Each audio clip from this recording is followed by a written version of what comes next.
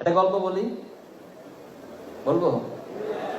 সময় তো অনেক হয়ে যাচ্ছে, তোমাদের কষ্ট হয়ে যাচ্ছে। গল্পটা হলো, এক বনে বাঘ এবং গাধা তর্ক বিতর্ক লাগছে, ডিবেট হচ্ছে তাদের। তো ডিবেটটা হলো যে ঘাসের রং সবুজ না হলুদ, এটা নিয়ে অনেক তর্ক বিতর্ক। তো পরবর্তীতে প্রায় 2 ঘন্টা তর্ক বিতর্ক করে বলা হলো যে এটা সমাধান দিবে কে? সিংহ, বনের রাজা, মানে বনের যিনি কর্তা, রাজা, তার কাছে যেতে হবে। তো বাঘ এবং গাধা সিংহের কাছে আসলো। মহারাজ, একটা বিচার নিয়ে এসেছে। সরি, কি বিচার? বিচারটা হলো যে গাধা বলতেছে যে বাঘ বলতেছে ঘাসের রং সবুজ, কিন্তু আমি বলতেছি ঘাসের রং হলুদ। এখন আপনি বলেন ঘাসের রং কি? বলছে হ্যাঁ, হলুদই তো। হ্যাঁ, আলহামদুলিল্লাহ, তাহলে এখন বিচার করেন। এতক্ষণ যে তর্ক বিতর্ক করলো, আপনি তাকে শাস্তি দেন। তো বাঘকে বলা হলো যে তোমার শাস্তি হলো তুমি আগামী 2 মাস কোনো ধরনের গর্জন দিতে পারো। বাঘ কিন্তু গর্জন করে, তোমার 2 মাস গর্জন দেওয়া বন্ধ। এবার গাধা তো নাচতে নাচতে চলে গেল, খুব খুশি, ভালো বিচার পাইছে সে। এবার বাঘ বলতেছে, মহারাজ আপনি এটা কি বিচার করলেন? আপনি কি জানেন না ঘাসের রং সবুজ? অবশ্যই আমি জানি ঘাসের রং সবুজ।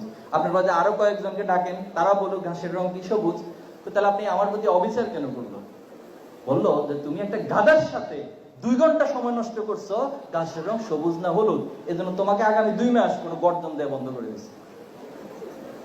এজন্য আমাদের সমাজেও বিভিন্ন ধরনের অহেতু নিজের কোনো কর্মসূচি নেই, কোনো এজেন্ডা নাই, সারাদিন শুধু সংবাদ সম্মেলন করবে, 10 মিনিট বক্তব্যের মধ্যে 9.5 মিনিট হচ্ছে এটা সেটা আরেকজনের সমালোচনা করে সময় কাটায়।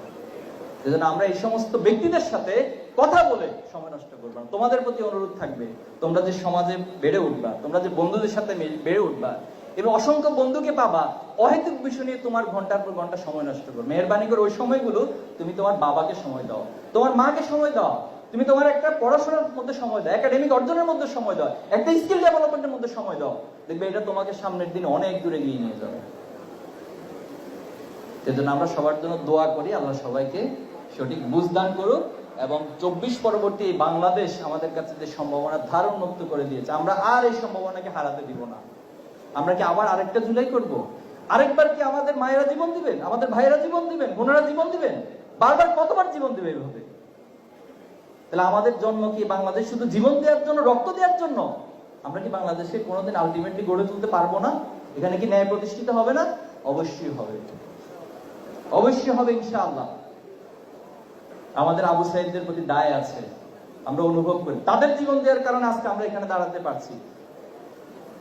এজন্য তাদের রক্তের প্রতি দায় নিয়ে আমরা এই বাংলাদেশকে গড়ে তুলবো ইনশাআল্লাহ। পারবো তো? আমরা আমাদের পৃথিবীকে আমাদের নিজেদের মতো করিয়া গড়িয়া লইব। নজরুলের উক্তি দিয়ে শেষ করছি, আমি সেই দিন হব শান্ত, যবে উৎপীড়িতের ক্রন্দন রোল আকাশে বাতাসে ধ্বনিবে না। পারবো তো ইনশাআল্লাহ? আল্লাহ আমাদের সবাইকে যার যার জায়গা থেকে ভূমিকা রাখার তৌফিক দান করুন। আসসালামু আলাইকুম।